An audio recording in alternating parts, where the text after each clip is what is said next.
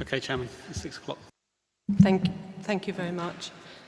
Good evening, ladies and gentlemen, and welcome to this meeting of the Planning Committee. I'm the Chairman, Councillor Pauline Hazel.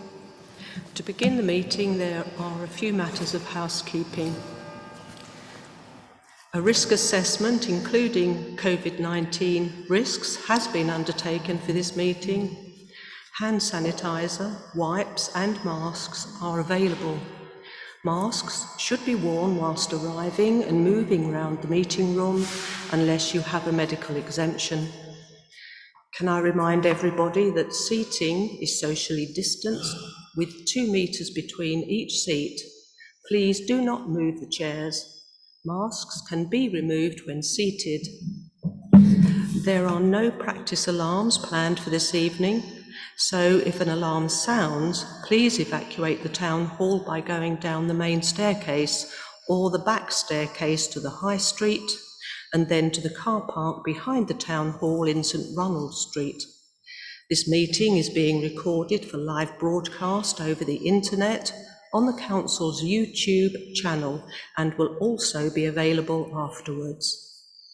Please would speakers use microphones at all times and speak directly into the microphone, and would participants, both those joining us online and in the moot hall, please mute microphones when not speaking.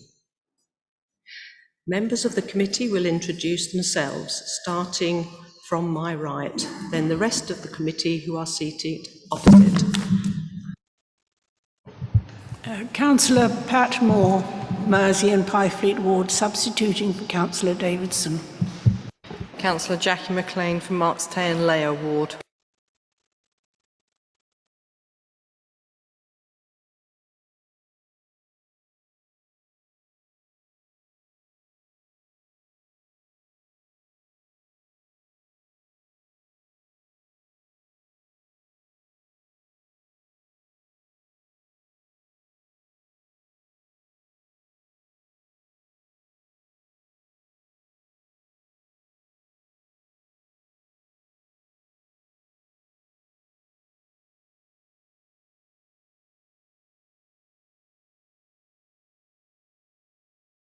I'm sorry, I didn't hear. Apologies, I didn't hear the Chairman.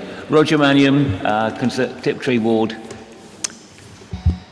Gerald Oxford, Highwoods Ward, substituting for Councillor Beverley Oxford. Chris Pearson, Labour Councillor for Beerchurch, substituting for Councillor Martin Warnes. Mike Lilly, Councillor for Old Eve, The Hive and Rowhedge. Lynn Barton, Shrub End Ward. Councillor Helen Chua for St Anne's and St John's Ward. Richard Clifford, Democratic Services Officer. Thank you, Richard. Thank you, committee. In attendance here or via Zoom are planning officers Alistair Day, Eleanor Moss and Simon Cairns. Democratic Services Officers Richard Clifford and Matt Evans are here for procedural matters.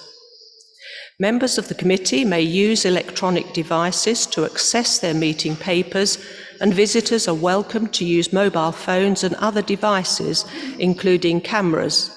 But please use them discreetly, set them to silent, and do not use voice or camera flash functions. We may have a break at 8 o'clock, subject to the items remaining. There are toilets on every floor in the building, and there is an induction loop in this room. This is a quasi-judicial committee which makes decisions based on material planning considerations following the law of the land and policies of the council. If the committee is minded to refuse an application, members will use such considerations and evidence that will stand up in a court of law. The material planning considerations are listed in the committee's agenda. Have your say. Has everyone who wishes to speak registered their name? If not, please do so now. No one's indicating, Chairman. Thank you. If anyone has a petition they wish to present to me on any of the items on the agenda this evening, please do so now. There's no petitions, Chairman. Thank you. There are no urgent items. Declarations of interest committee. Please will you indicate whether you have any declarations of interest for this evening? Councillor Chua. Thank you. Under 7.1, 18.64, there's a mention under Section 106 Community Applications. It mentions the Chinese Association. And as I'm the ambassador and a member of the Chinese Association, I declare a non-pecuniary interest. Thank you. Thank you. Committee, I now invite you to approve the minutes of the meeting of the 17th of June 2021. May I have a proposer, please? Councillor McLean, seconded by Councillor Oxford, and all those in favour? Agreed. Agreed. Thank you. I will now go through the have your say sheet. We have 2 applications before us this evening. The first one being 7.1, the Odeon Cinema, Crouch Street, demolition of former cinema buildings and the reconstruction of the foyer building and the erection of a new apartment block in place of the auditorium to provide 55 apartments, 2 retail units and 32 basement car parking spaces. It is recommended for refusal. Officer presenting is Simon Cairns. We have no public against. Speaking for is Mr. Robert Pomeroy, and we have no visiting councillors. Item 7.2 is Maybury Walk, Colchester, which is an existing residential dwelling converted to include 4 bedrooms, 1 communal breakfast room, bathroom, WC, kitchen and living room / dining room to be shared with 4 residents. It is recommended on the balance of probability that it will be legal permitted development. Presenting officer is Eleanor Moss. Public speaking against is Katie Crellin, who is here in person. No public for, and Councillor Harris, who will be visiting us remotely. Thank you. So we may now go directly to item 7.1. Mr. Cairns, would you present this to us, please?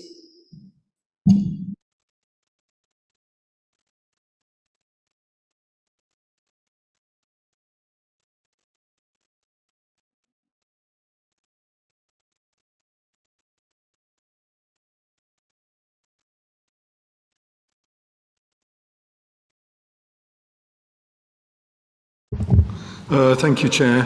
Good evening, members and members of the public. Item 7.1 is a full application for the redevelopment of the former Odeon Cinema to create 55 apartments, 34 basement car parking spaces, and 2 commercial units on the street frontage to Crouch Street. So I will run through the presentation, and then it's obviously over to the agent, Mr. Robert Pomeroy, to give his presentation. So thank you, members. So here we have a slide of the site application area.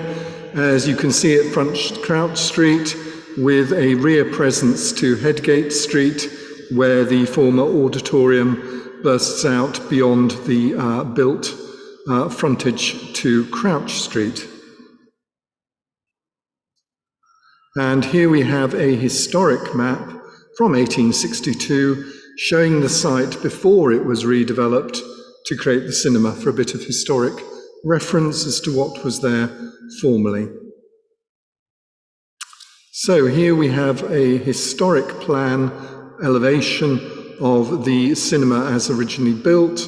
As you can see, it's a Hispano-Moresque American style building, quite unusual, by a noteworthy architect of its day, and it is a considerable architectural presence in Crouch Street. It is locally listed in addition to the conservation area status. So here we have a lovely image of the cinema as it was originally built and opened, and you can all see how what an attractive building it once was. And moving on, here we have an image of it today from the west end of Crouch Street, showing the context of the building with, as you can see to the right-hand side, a rather grand Georgian townhouse, which is Grade 2 star listed, and the general townscape that surrounds the building, which it punctuates in quite an emphatic way and has considerable site presence, despite its rather dilapidated condition. And the same view from the east end of Crouch Street, looking south-west towards the building. Again, you can see it in context with mainly 19th century buildings. Some of these, such as the pub in the foreground, are refaced earlier buildings, but it is a fine historic assemblage of buildings which together compose an attractive conservation area street frontage. And here we have a view from Headgate showing the auditorium, which is not a thing of great beauty, as I hope you'll agree. A rather large brick structure which is unrelieved by detail. It is in fact obviously a blind box with internal detailing for the auditorium, but very little to commend it externally. And again, a further view from Southgate, showing the building against the contextual buildings to Headgate, and as you can see, it does protrude somewhat greater in scale than the buildings that surround it, and is not a positive building from that perspective. And again, we have the street frontage to Crouch Street with some of the surviving original detail. And the central image is some of the later, more modern sort of applied detail that has been given to the flank of the building into the courtyard from Crouch Street. And then we have further images of the rear of the building showing the brick auditorium box and some of the original sort of interwall crittle windows that do survive, and the carriageway entrance from Crouch Street directly into the site.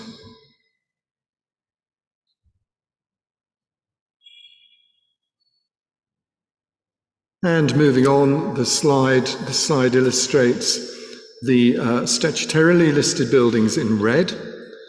The other buildings of historic interest, the locally listed buildings, in blue.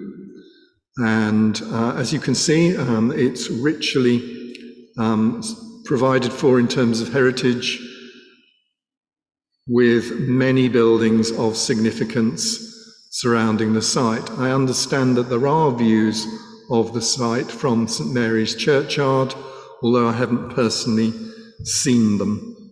To be absolutely honest, I am told, though, that there are available views from St Mary's, in addition to the views from Southway, immediately to the south, and I think we saw those a moment ago. So moving on, here we have an image of the approved scheme. As you can see, the facade and frontage block was retained, with a new structure rising above that to the rear, with a penthouse floor, that's at 5th floor level, which comes roughly to the apex of the frontage gabled range. And I think that's a very good point, members, to assess the overall height of the proposal in relation to the street frontage buildings. And moving on, you can see from the bottom slide the current proposal, with the new penthouse at the equivalent of 6th floor level, rising above the gable in comparison with the previous slide, which I will revert to, which is just below that gable. So it's effectively a story higher, members, the new apartment block to the rear. And here we have a plan showing the basement car park proposals. There are 34 car parking spaces proposed, one of which is tandem, so would only serve one unit, but we have 55 apartments and 34 car parking spaces as part of the proposal at basement level. And here we have the ground floor plan, as you can see, with 2 commercial units fronting onto Crouch Street and apartments in the remainder of the ground floor area. And again, we have flatted accommodation on all of the remaining floors, the rear units being served by balconies, which we will see some elevations of in a moment. This is the penthouse story, which, as you can see, is set in, as it formerly was in the last scheme, from the outer elevations. And the roof plan of the frontage block is also shown. So moving on, here we have the proposed elevation from Crouch Street. As you can see, it in true elevation, the proposed apartment block is effectively a story higher than the uppermost part of the principal gable feature on the frontage. And here we have the east elevation. So this is the elevation that would be seen from Headgate. And as you can see, there is an internalized series of balconies. There is a penthouse story on top of the building. And this proposal is in effect a brick story higher than the previous proposal. So the top of the building is the same in terms of its detailed design, but overall it is a story higher than that which was previously approved. And here we have the south elevation. And as you can see, it is richly provided with balconies, which are set internal to the building, so they don't project. They are effectively inverted balconies, but there are an awful lot of them. And that is the proposed elevation that would clothe the south elevation, so that would face on towards Southway.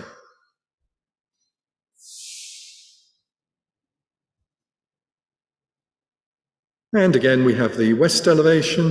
This is the elevation that would front into the internal courtyard that exists behind the Crouch Street frontage.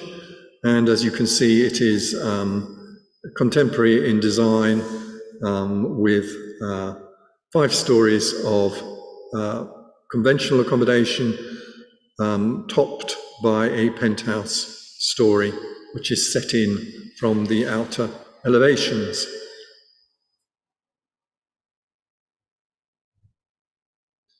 And we have some images which allow comparison of the scheme from the public realm.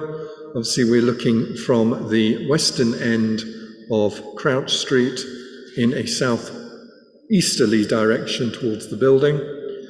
The left-hand image on your screen is the existing building, and the right-hand image is the building as proposed. As you will see, the roof behind the gable rises, but in addition, as you can see, the main apartment area of the apartment block rises above the street frontage to Crouch Street and presents itself as a blocky form above the ridgeline of the adjacent building. And moving on, we have the view from Headgate. As you can see, the left-hand view is the current brick auditorium, and the larger right-hand view is the proposed flatted development and the southern elevation, which, as we saw earlier, is richly provided with balconies. And you can see the penthouse story atop the brick facade. And it allows comparison with the weatherboarded building in the car park to the rear as exists currently. So we're now looking at the view from Southway, from adjacent to the Salvation Army building and the junction. And as you can see, the existing view from on the top left has little in the area between the Silver Birch and the Frontage buildings, whereas the bottom image shows the impact of the proposed new block on the street scene.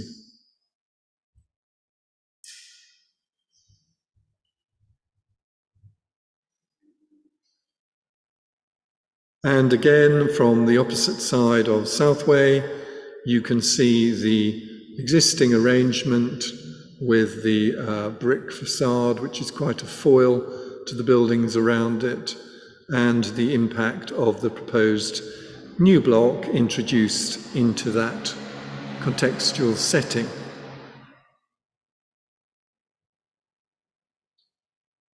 And again, the approved view from Headgate Street and the proposed view from Headgate Street to the right hand side. As you can see, the proposed view is effectively a story higher than that approved on the left-hand image. It allows a direct comparison of the massing from that key viewpoint.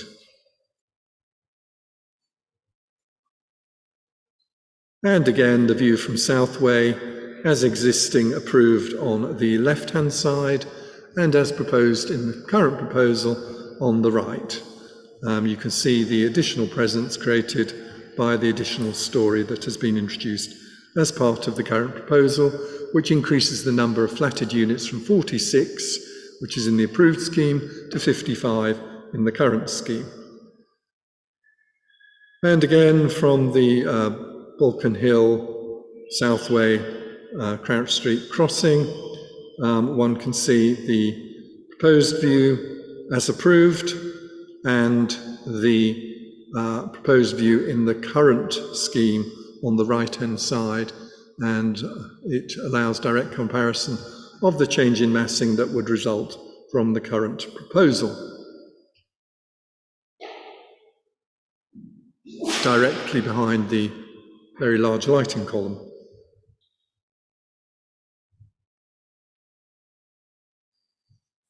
So thank you, members. That is the end of the presentation. If members have any questions, obviously I'll be very happy to answer them. Thank you very much, Mr. Cairns. May I ask Mr. Pomeroy to come and address the committee, please?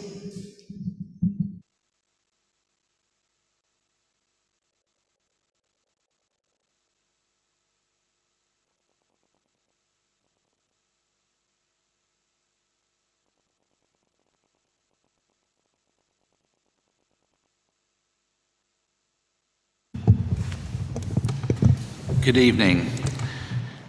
The site is a problem for the applicant, but it is also a problem for the town. It's been vacant for some 19 years, which is testament to the challenges it presents us all.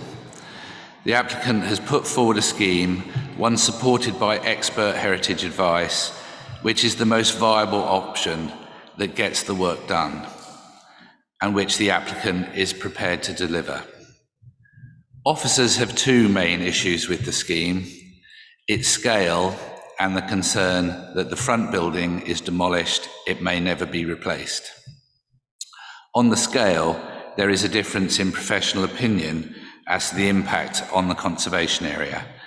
The applicant accepts that the replacement building is not an exact replica, but is sufficient to preserve the character of Crouch Street and the conservation area.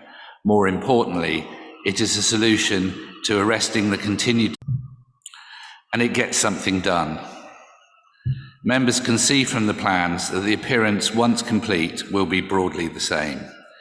To get the viability up, an additional floor is proposed to the rear from that previously approved. We feel the harm this causes is minimal. Demolition of the front building also greatly assists viability and construction. The approved scheme allowed a third of the frontage building to be demolished. Once complete, whether demolished or not, this building will look good as new. Remember, it is not a listed building. Incidentally, the scheme restores many details that are presently missing from the original building. Concern over rebuilding has only emerged with the production of the committee report. The applicant is willing to do whatever it takes to put in place measures to ensure the building is rebuilt. It is as much in his interest to do so as it is for the town. For the applicant, this is not about making money, it's about stemming losses, so the applicant is fully committed. The applicant is open to offers for the site, for it to be preserved and perhaps used as an alternative use. However, in the 6 years of ownership, nobody has come forward with a credible offer or solution. If an alternative use were viable, the applicant would have pursued it. Buying and holding the building has cost £2.5 million. For this reason, the applicant is all ears. Can I please ask members to assess the merits of the scheme as presented and to consider if it were built, would they be content with the design and appearance once complete? If so, then the applicant would suggest that the decision this evening should be to defer, to allow officers to negotiate with the applicant suitable measures to ensure the scheme is delivered. This could take the form of a bond or a unilateral undertaking. Obviously, a refusal now is not going to see this site restored for an indefinite period. After 6 years of exploring many different options, we feel this proposal offers the most likely chance of getting something positive done with the site. The scheme is not perfect, but sadly perfect is not viable. There remains an opportunity to work together to solve the difficulties the site presents. Thank you. Thank you very much, Mr. Pomeroy. I can now open it out to the committee. Do we have Councillor Lilly? Thank you, Chair. It feels a bit like deja vu with this application. I think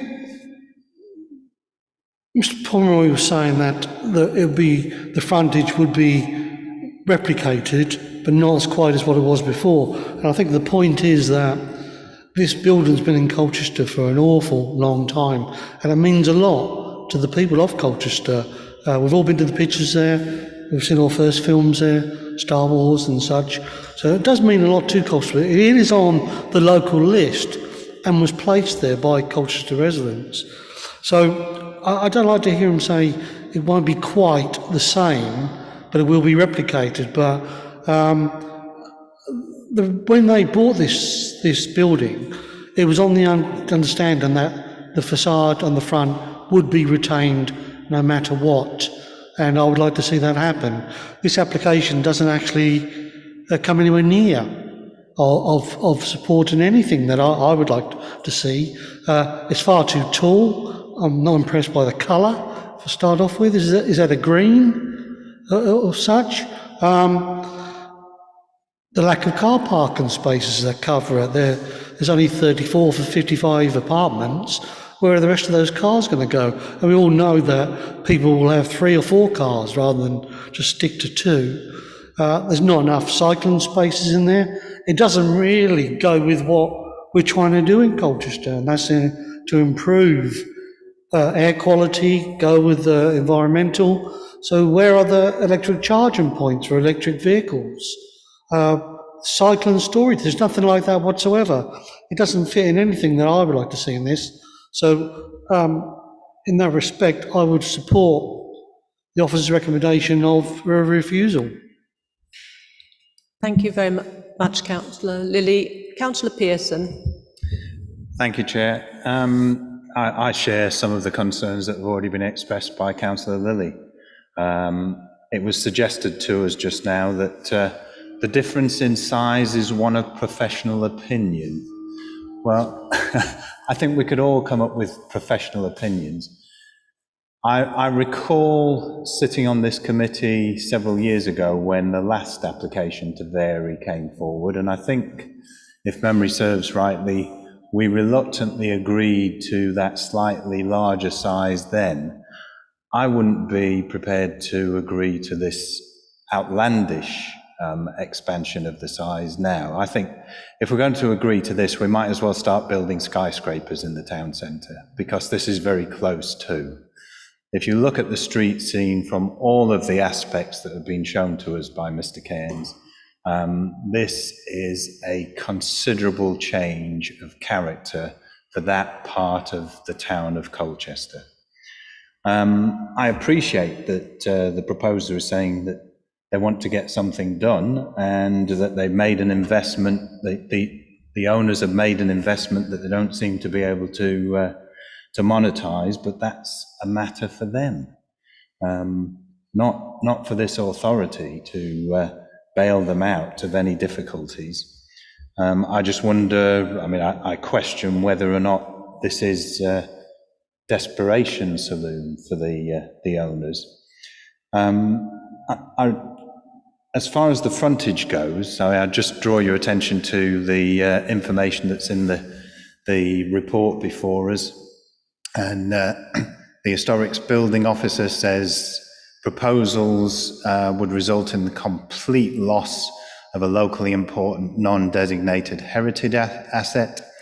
The proposal to reinstate the front by attempting to imitate the historic facade will be to the detriment of the street scene. And also below that, in the report, there's also the information from the Cinemas Theatre Association that says this is an important example of the mature neo-Spanish style employed by the major cinema architect Cecil Massey, and we believe its style is unique within Essex, and there are others that are listed at grade 2.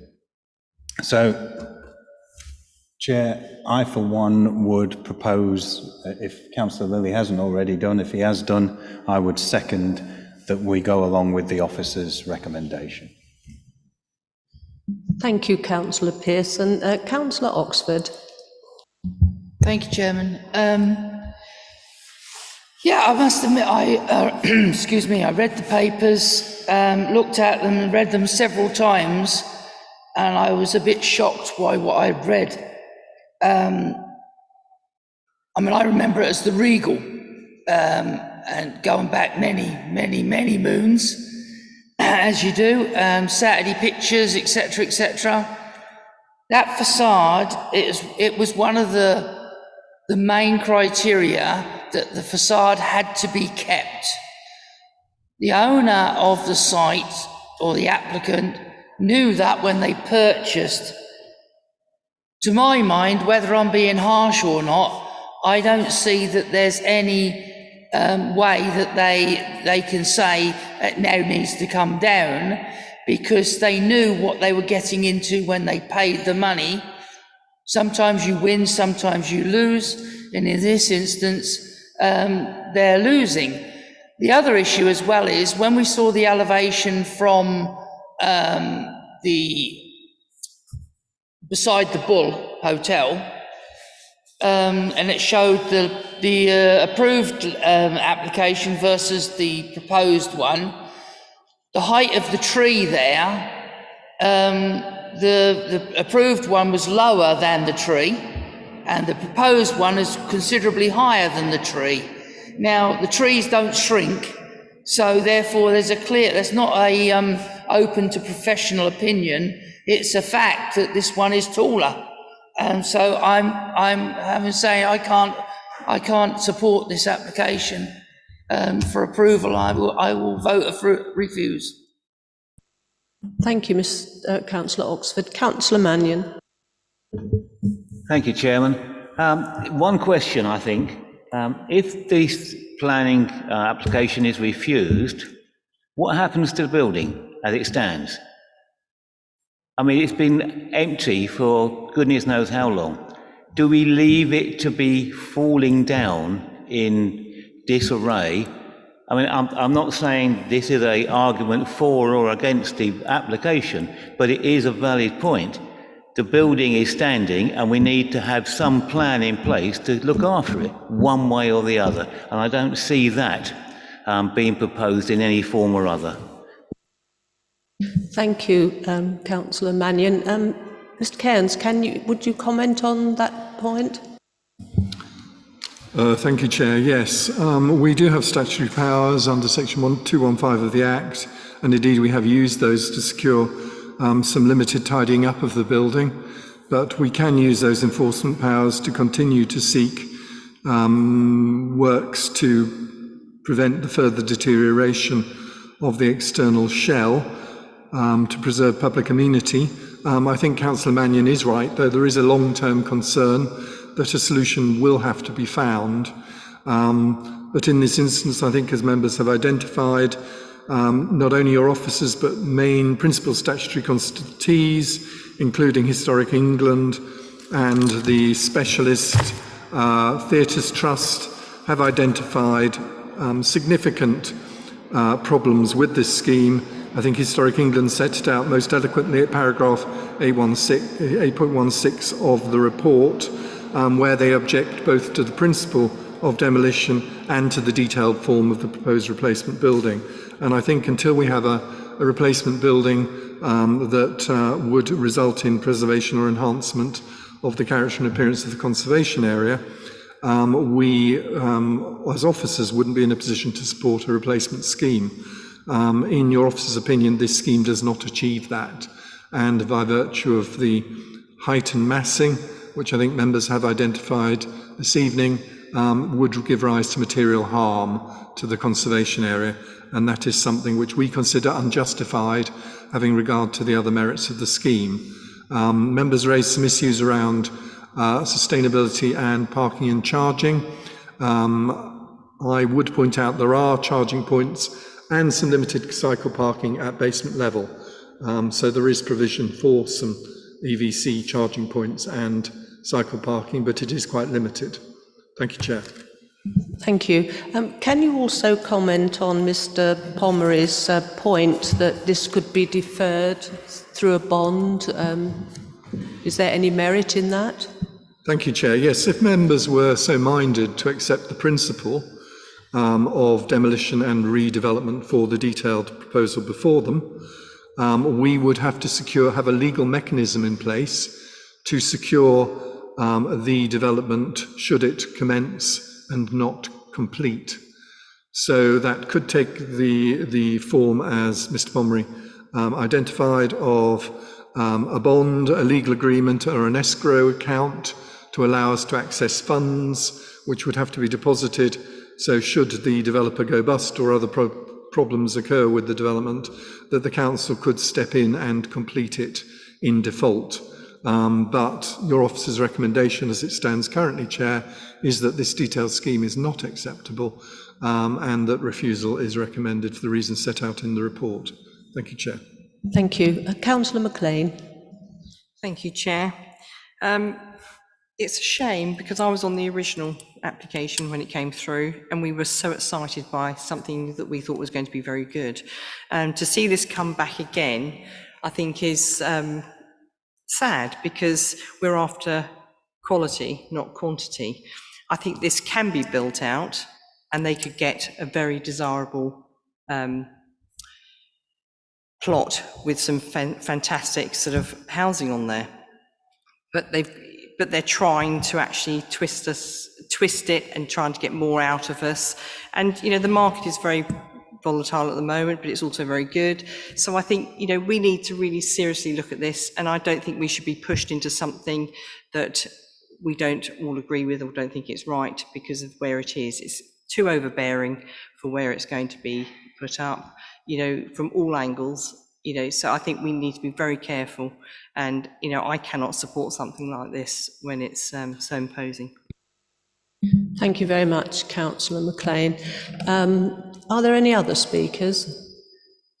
I mean, I personally agree with what's been said. I think it's a great pity that this top floor has been added, because when you see the pictures around taken from the different angles, they really do show the huge mass. So reluctantly, I go with the committee thinking the developers need to rethink. So, Councillor Lilly, would you like to propose this? And Councillor Pearson second? Yes, Chair, I propose that we follow the officer's guidance and go for refusal of this application. Okay. Councillor Pearson, you happy to second? I second, Chair. Okay. Committee, are you happy to go to the vote now? Yes? So all those in favour of refusing this application? That's unanimous, Chairman. Thank you very much, and very sad, Mr. Pomeroy, that we have had to come to this decision. Thank you.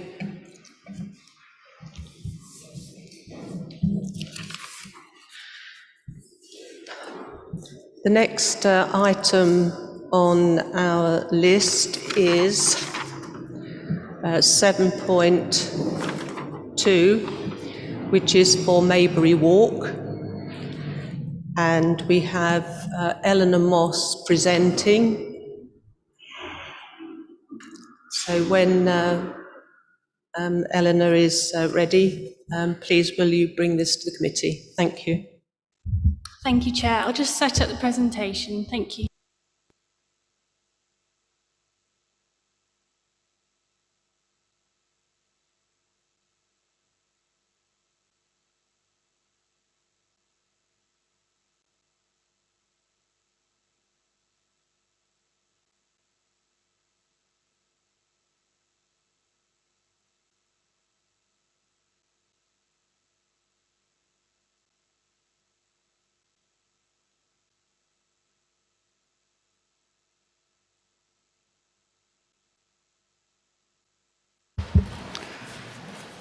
Thank you. Good evening, everyone. And yes, this is 9 Maybury Walk. You may recall that this lawful development certificate was previously with committee on the 27th of May, where a resolution to grant the certificate was made.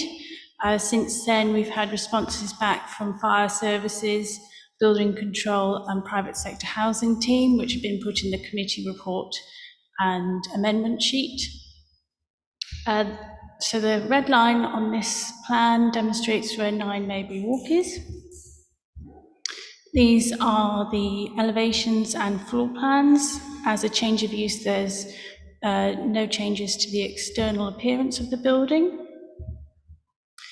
This is just the front of the site and the rear of the site. The last slide, I've included Class L, which is the consideration today under the General Permitted Development Order, which allows the change of use from C3 to C4 or vice versa. This allows 3 to 6 unrelated individuals living together and is a blanket planning permission effectively, and therefore confirmation is sought today that the proposal does not require planning permission. The assessment in the report remains the same as previously because the facts remain unchanged. It's for 4 individuals living together in 9 Maybury Walk. Thank you. If you have any questions, I'm happy to try and answer. Thank you very much, Eleanor. We have Katie Krellin speaking in person. Katie, would you care to come to the table and speak to us, please?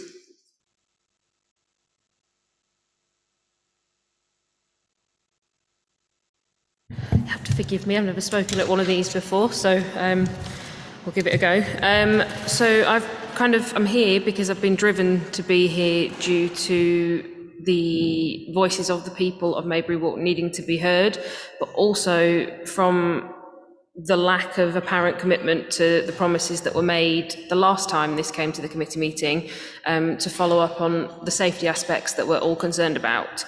I understand that the application itself is for a certification of lawful change of use from a C3 to a C4. However, we still believe that in addition to the complaints surrounding the building control and the quality of build, that these material changes are substantial to the property and therefore they wouldn't warrant a lawful change of use without planning permission.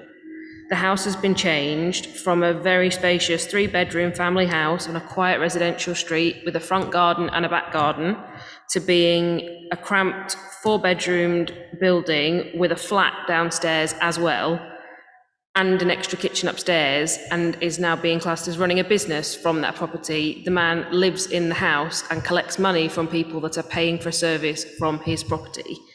Therefore, to me, that would fall under the 7.1 point in the principal policy and saying that it isn't a residential property anymore. It is now a business. Who actually says whether or not the changes are material? Who defines what a material change is or isn't?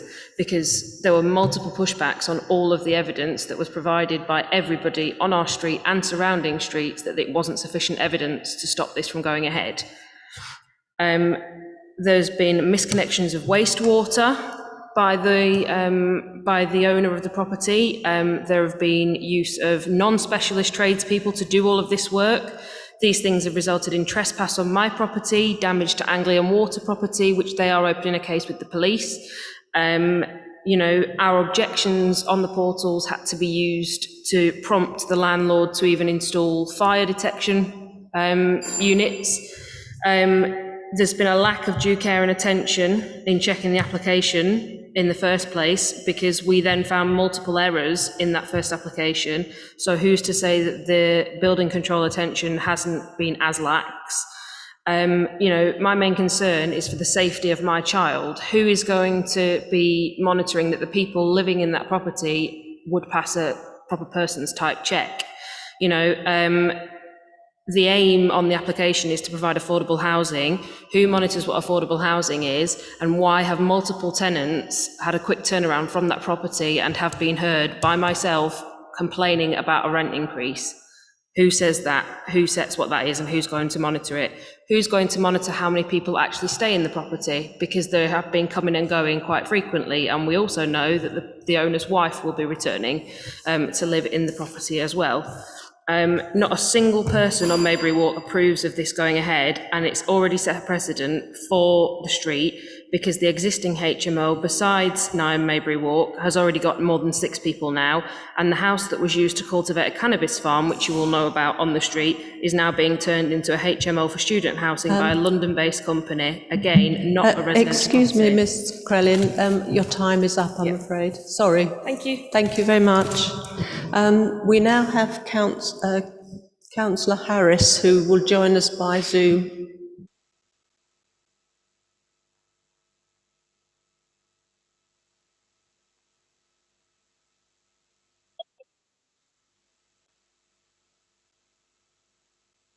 Sorry, Chair. Councillor Harris dropped out, but he's back with us now.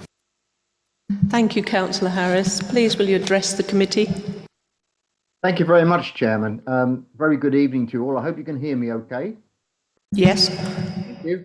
Yes, I want to just address the committee about the Willows, predominantly, and Maybury Close here. Willows has been an estate in this area since the 70s, and it's been for family use, a very well thought of estate and a lovely estate, much like all the other estates in the Beerchurch ward, with great people. People have been very accepting and diversity of the neighbourhood has been very much welcomed. However, of recent times, neighbours of what are proposed to be sort of HMOs or mini HMOs or changes to the neighbourhood that such is proposed here has stuck in the throat a lot of the residents. They came to myself as a councillor, several of them, and the issues they've had is this change that I'm talking about, Chair. The residents would like this obviously thrown out and refused. I understand that your officers would probably have said that that's not possible. But what I want to raise with you, Chair, and to the committee and publicly, is that when the more than 4 ever happens at this property, then who does that check? How do we know that there's more than four or the four staying at this property? It's an issue, obviously, for residents. They want to know whether it's up to them to report that infringement, or whether officers do checks, or whether there's some sort of assurance given from the owner to the council officers to ensure that the statement says who's living there, etc. All we do, we just resort to the evidence of the electoral register. We know that's got the failings that it's got. Not everybody's registered there.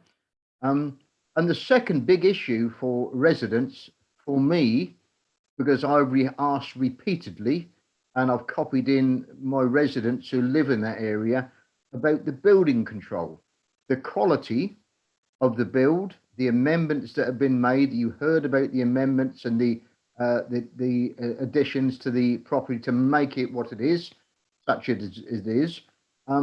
Building control has never yet answered us, the residents, or myself, to say they've been there and what they've found, and whether there's any need for the residents, as they are worried. Is there any need for the residents to be worried about things like fire safety, the fact you've got kitchens upstairs, no means of fire escape, whether there's sprinklers in there, whether there's fire alarms, and the safety of not just the people who are living in number 9, but each side of it, of course. They're very, very concerned and stressed. So they want to know that somebody, somewhere in building control, is on the case, is doing what we expect them to do, to make assurances, to look after the neighbours of number 9, and not only that, but the inhabitants of number 9, to make sure we don't have any disasters there. We do not want, do we, committee, we do not want to have a disaster in the area where we know that there could have been prevention at the appropriate time. And for me, Madam Chair, this is the appropriate time to ask that publicly in camera, as it were, and where you can make a decision and instruct officers to actually make the relevant checks. The residents may be close.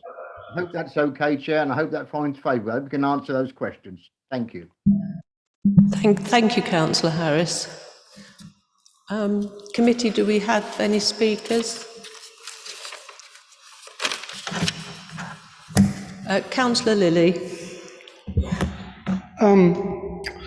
This is a permitted development that's come through. So under that law, we are powerless to do anything to stop it. And that's the worry.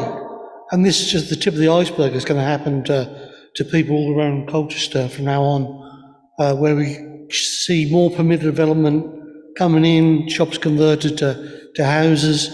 And what if they're going to all be similar to things just like it's been described tonight? It's scary that people come along here tonight and said there's a worry that this is going to lead, especially with the fire safety and everything else and aspects in that. There is nothing we can do about it either. This has come from government, permitted development, and it's allowed, but it shouldn't be allowed.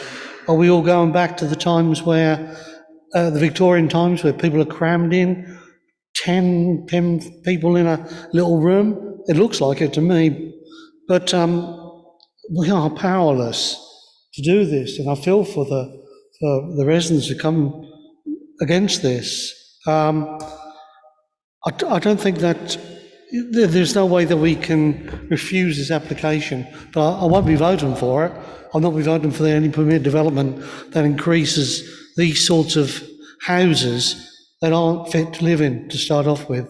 And it worries me that we're being pressurised as a council to allow this to happen, because we'll get the blame. It won't be the government that gets the blame. It'll be Colchester Borough Council gets the blame for allowing this to happen, but we are powerless to stop it, and I won't be supporting this. Thank you, Councillor Lilly. Any, sorry? Oh, Councillor Pearson. Thank you, Chair. Yeah, I would again echo Councillor Lilly's comments about permitted development. Whilst I appreciate that a number of years ago there may have been a need to relax some of the planning restrictions, I think we are in danger of going way too far, and that is central government driven. And it looks as though the drive is to allow even more permitted development.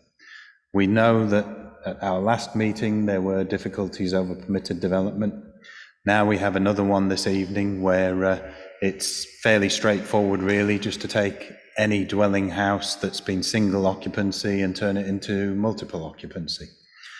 And I think we just need to be cautious and careful. I mean, I'm probably as interested as anyone in this room about ensuring we have adequate accommodation, housing of a reasonable standard across the borough of Colchester, because we know that there is a pressing need for that. But I think we need to ensure that that accommodation is appropriate, that it's safe, and that it's in the right places.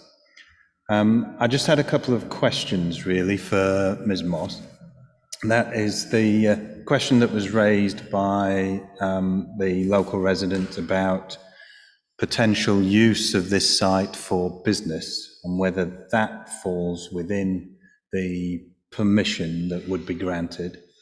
The second thing was looking at the remarks about anxieties over fire safety, etc. I noticed that the report suggests that the private sector housing team will ensure that the HMO meets required standards. And I just wonder if, should tonight the committee grant the proposal that's made by the officer and the certificate of lawfulness be agreed, if subsequently the private sector housing team find that the fire standards haven't been satisfied, can that certificate then subsequently be withdrawn? Thank you very much, Councillor Pearson. Councillor Oxford. Thank you, thank you, Chair. Sadly, I've got a number of HMOs in my ward, and Councillor Lilly's absolutely spot on in his comment when he said it isn't government who get the blame for introducing permitted development, it's the council who gets the blame. I know we're personally blamed for the ones in our ward, and we're constantly told about things like vehicles, too many vehicles, clogging up other people's parking areas and so on and so forth, and noise and comings and goings and so on. I'm not a fan of HMOs at all. Excuse the voice. Not a fan of HMOs at all.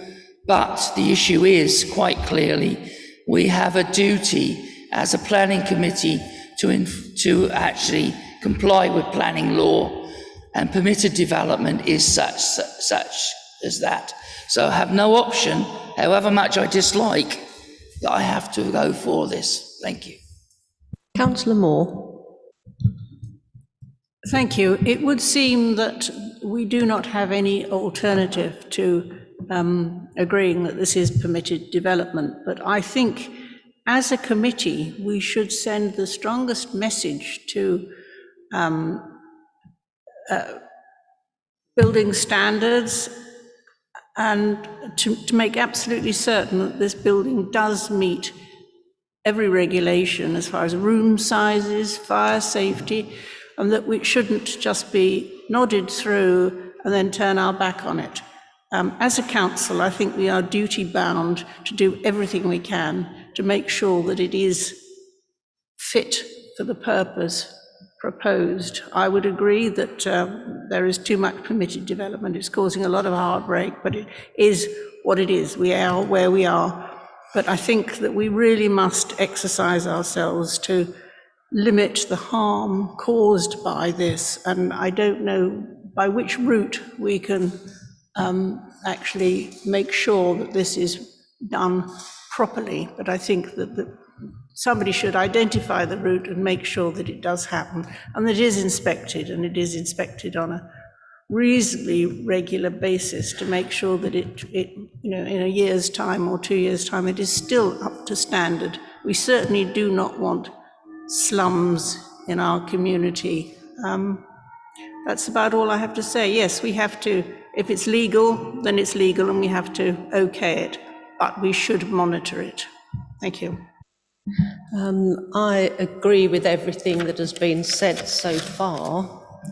And I wonder, we're being asked to give a certificate. Surely, therefore, we have some power to make some rules and regulations. If somebody wants a certificate, then surely we have some way to say, well, if you comply to A, B, and C, you'll get your certificate. So I would like to, I will ask Eleanor to, if we were to refuse this, for example, what could we do? What would happen what would happen after that if we refused to grant this certificate on the grounds of the question, what's already been put before us, fire safety, misconnection of drains, kitchens upstairs. If they're living as one household, why do you need 2 kitchens? Building control has been left to the developer or the person who wishes to carry this out. And I believe as a council we have some responsibility, particularly to residents, to actually make sure that these things are being done. So, Eleanor, would you be kind enough to, there's quite a few questions there from members. Are you able to comment on them, and also on my point that if we refuse it, what would happen? Yes, thank you, Chair. So I'll go through some of them. In terms of potential business on site, I'm afraid I have no details what the potential business is. Working from home is often a matter of fact and degree and may not require planning permission. If the business is that he's renting out rooms under the HMO and is collecting rent for it, then that's not likely to require planning permission because it is under the Class L.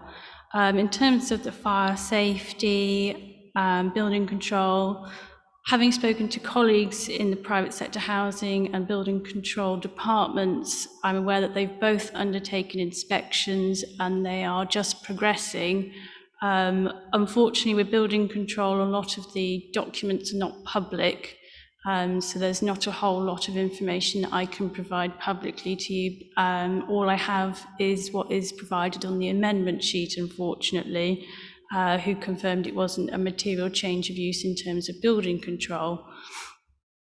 In terms of if this was refused by committee, officers would suggest that members would have to focus their refusal based on whether it complies with Class L or not, and the fact that it is an existing use and there is a blanket planning permission across England for the interval change from C3 to C4.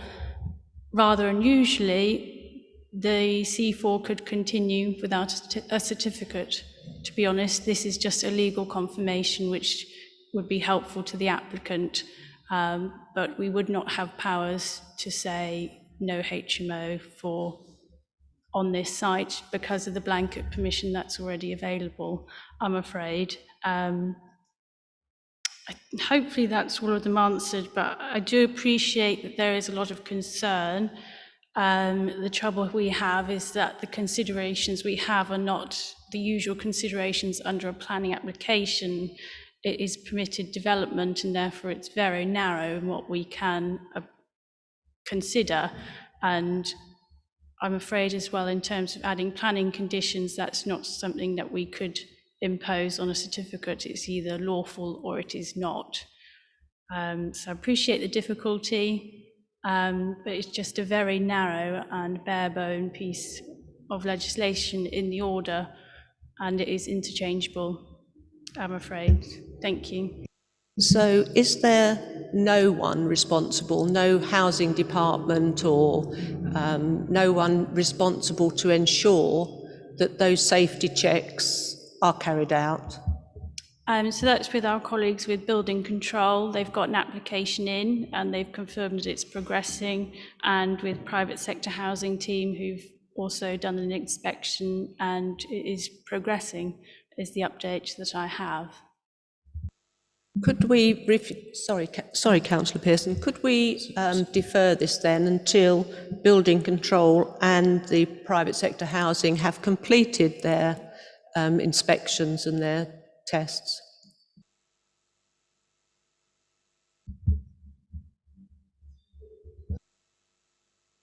My suggestion would be for a reason for that in terms of the general permitted development order that we are considering, but I don't know if Simon wants to add anything to that.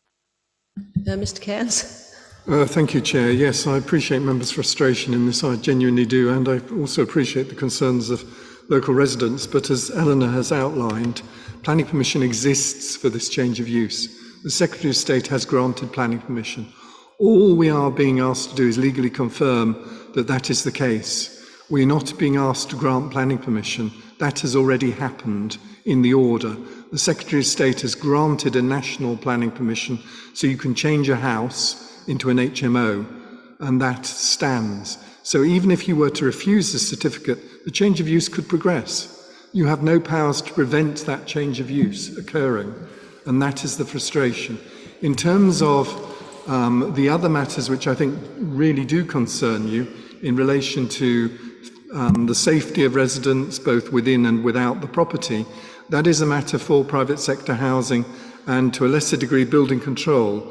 In terms of building control, they have opined that it is not a material change of use and therefore they have no control over it. But in terms of private sector housing, they have the Housing Acts and they do have housing standards that an HMO has to conform to, and we have had quite a detailed response from the private sector housing inspector who has viewed the property, and indeed they will look to enforce those standards. But they are matters that are controlled by other legislation and not planning. And in terms of planning, our remit and the remit of this committee is prescribed to planning matters only. So I don't think you have any locus to seek to defer this for other matters that are covered by other legislation to be investigated. The certificate is purely confirmation that the provisions of the General Permitted Development Order are applicable, and that is on the facts, I'm afraid, a bare statement of fact. And even without us granting the certificate, the change of use could lawfully occur without any control under planning. I hope that sort of clarifies quite a difficult concept, which is in many ways worse than the application you considered last time for the Riverside Centre. Then at least you had certain criteria that the change of use had to meet in order to be acceptable. In this case, there are no criteria other than the number of people that are to be accommodated, and that is even more frustrating, I appreciate, both for you members and for the residents. Thank you, Mr. Cairns. Councillor Pearson, did you want to speak again? No, I was just trying to get clarification about my question of whether or not the certificate, the lawful development certificate could be withdrawn. But it seems to me from what Mr. Cairns has just said and what Ms. Moss has already indicated to us, that it doesn't make a blind bit of difference whether it were or it weren't. Thank you. Councillor Oxford. Just wanted a clarification from Simon or Eleanor. If we were to grant certificate of lawfulness, would it give the private sector housing and so on more powers to do checks or less powers than if we didn't? Or does it make no difference, whatever? And I'm saying that for the ladies present here so she can pass it on. Thank you, Chair. It actually makes no difference whatsoever whether you grant this certificate or not as to the change of use. The powers that our private sector housing colleagues have are derived from the Housing Acts, and they're unaffected by this grant of a certificate. It's purely, if you like, a statement of the legal position. That is all you are granting. It's not conferring any planning permission. That already exists and is granted by the Secretary of State. Thank you, Chair. Councillor Lilly. Yeah, thank you, Chair. Just as Mr. Cairns mentioned, the private sector housing officers report, and if I bring members to that, and if you read through that, which is pretty scary, and there's nothing they can do. Fire doors have not yet been installed, but have apparently been ordered. And the owner said his contractor is well aware of the specification. He showed me keyless exit locks for doors and gear that have been installed at the property. I advise that the doors off the landing, they need 30 minutes warning for them to be put in to help prevent people being burnt in the properties. It goes on to say that they criticised the wall between the two.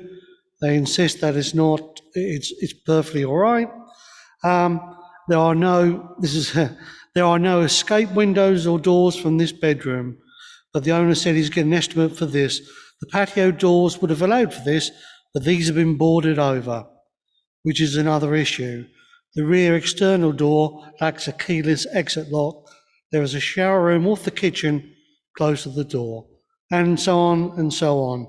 This is pretty Victorian stuff here, isn't it, members? We are going back to creating ghettos and that, and there is not a single thing that we can do about it. So I'm worried that we grant a certificate for lawfulness, but to me, reading all that, there's nothing in there that says to me it's lawful. It probably is lawful under the terms it matters, but if there's a fire in that, then we voted this through. So it is a very, very worrying thing. This is just the tip of the iceberg, isn't it? I mean, the fire issue is actually any house, every flat, the potential for fire is there. And my home doesn't have fire doors. I do have exits, but I would say there's no one or very few people here who have fire doors. But this is a slightly different situation in that this place is for rent.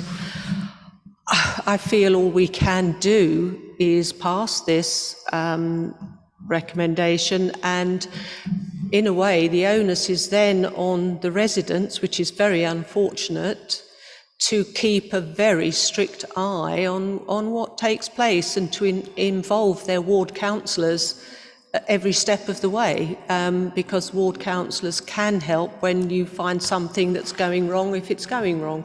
Councillor Moore. It's just a thought. I don't think that there's anybody in this room that really wants to propose that we agree on this. And I do wonder whether if we refuse this, even though it's not going to make any difference to the what is going on, it will go on, but it does, and it gives us the ability to send a message to government and say, we are not prepared to endorse this. Will you please start rethinking, because it's just a thought. It might be an opportunity for us to flag up a very small flag to, because I don't think there's anybody here that is happy to actually propose this. I don't know how that... If Councillor Moore is proposing that, I'm prepared to second it.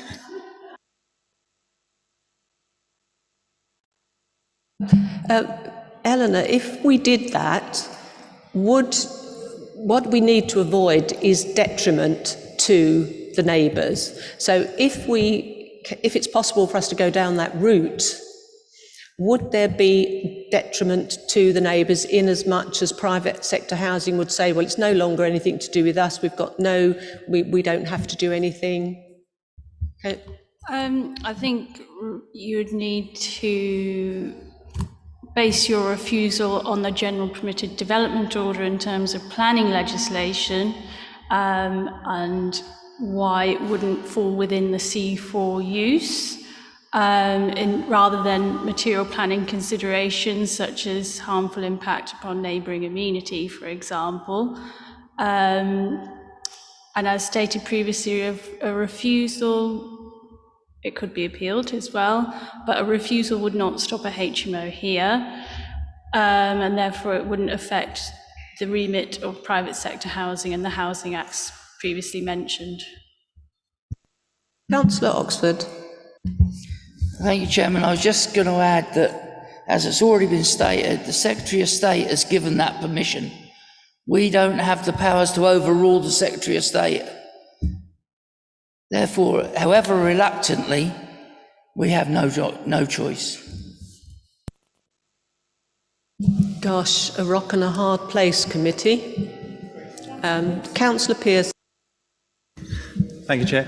And I take Councillor Oxford's point, but I think having regard to what Councillor Moore was saying, and I think though most of us who've spoken, if not all of us who've spoken this evening, perhaps it's time that even those of us out in the shires just make a point to central government that, you know, this has gone a bit too far now. The suggestion that it might go even further could be the straw that breaks the camel's back. So even if we know that this would be a Pyrrhic victory, is it not time for us to draw a line in the sand and say no? Fine. Mr. Cairns. Thank you, Chair. Could we suggest that if you were minded to grant the certificate, you could put an informative on it, advising the applicant that they need to contact private sector housing to ensure compliance with their requirements to allow the change of use to go ahead. And furthermore, you could also confirm that in the event that the property also created a self-contained flat within it, that that would not be within the terms of this class within the use class order and would therefore not be permitted. There has been some mention of a self-contained flat. We have no evidence of that, but you could also add that on to a further informative to say, you know, if a further self-contained unit were to be created within this property, that would require planning permission and would not be covered by this permitted change of use. How powerful is an informative? An informative carries no statutory weight, but it does, I think, highlight to the applicant their duty to comply with the Housing Acts in terms of the fitness of the property for the proposed use. And in terms of the issue of a self-contained flat also being created, you are highlighting as a statement of fact that that would not fall within permitted development under this class, and therefore the proposed change of use could not go ahead if they were to implement a self-contained flat plus letting rooms as has been suggested by some of the objectors. Well, that is very interesting. Could I just ask, perhaps the last thing, harmful development. This is a semi-detached house, so the concern of the neighbours is fire and drainage that has been misconnected, possibly reconnected properly now, but from a point of view of harm to the neighbour, because that is the worry, fire, drainage and those sorts of problems. Do we have any leeway on that as well? So the Class L does not mention any of those matters. It is purely C3 to C4.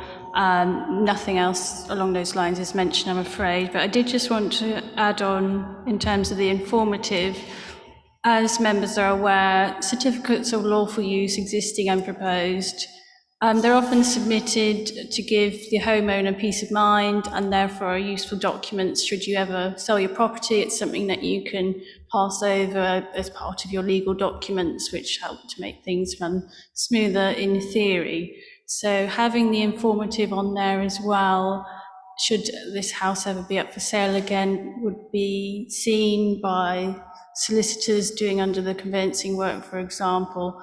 So it's a useful highlighting tool as well in that fact as well, so that it is not purely just for the applicant today. As you're aware, we don't take into consideration who the applicant is, but going forward in the future as well, that it is there in writing and will be viewable and on public record as well. So it's a useful tool in that respect. Thank you. Well, committee, I'm wondering if that is the route for us to take.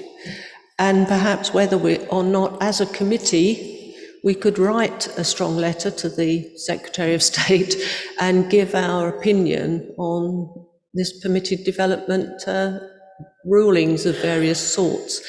Would anyone like to propose that we do this, or that we go down the refusal route? I think this, to put the informatives on, does give a measure of assurance. Councillor Barton. Just to say, I am prepared to recommend approval if those informatives are included. I think they're really helpful and give some protection in the future. So I'm happy to propose that. Well, not happy, but prepared to propose that. That's seconded by Councillor McLean. There was, did you make an actual proposal that you didn't? So are you happy to make it, or are you happy to go along? Given the reality of the situation, I think on reflection that what has been proposed is probably the best that we could do. Councillor Pearson, would you like to make a final comment?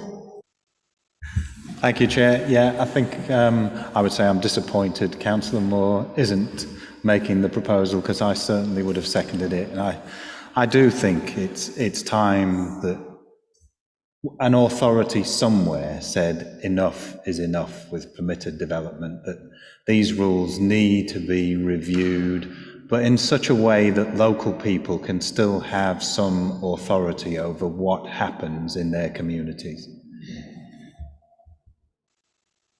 Sorry, Councillor Moore? Yes, I agree, absolutely, and I'm sorry in a way that I'm not prepared to make a formal proposal on this, but I am concerned of the sort of muddle that would result from it, and I think if we can get the informative on, given that we hate the idea so much, I think it's, in reality, is probably the best that we can do.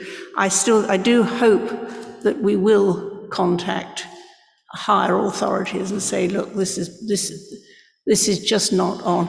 I don't think that our refusing it would actually achieve much more than a very strongly worded letter that this is causing a lot of heartache, and the planning committee, who are very experienced, are not at all happy with the way things are turning out with this permitted development, and I think that we really need to rethink it. I think that's probably the best that we can do, which is why I think actually just throwing the toys out of the pram is perhaps not the adult way to go forward. I'm sorry. Councillor Oxford. Might I suggest, if somebody wants to do that somebody ask the question of the leader of the council at next full council to write a letter on behalf of this council to the Secretary of State. Well, I'll be very happy to do that, and I will be very happy to draft a letter on behalf of the Planning Committee and send it to the Secretary of State, obviously putting it to you, showing you all first for your approval before I posted it. But I'll be very happy. If I have your permission to write to the Secretary of State, I will do so, toot sweet, and I will also ask the question in full council. Do I have your permission to go down that alley? Great, okay, I will draft a letter and I will get it to you. And so members, we now have the proposal with the two informatives, the one recommended by Mr. Cairns and the one recommended by Eleanor Moss, to allow this application, this certificate to be granted. All those in favour? Reluctantly, not really, no. That's 5, Chair. All those against? That's 2. Abstentions? 1 abstention. Yeah, okay. Thank you. Well, on behalf of the whole committee, Ms. Crellin, we apologise. Our hands are tied. I do hope sincerely that things will be sorted out for you. And as I say, please keep an eye and keep your ward councillors involved. And we would support you as much as we can. Thank you. Thank you, committee. That's all we have for this evening.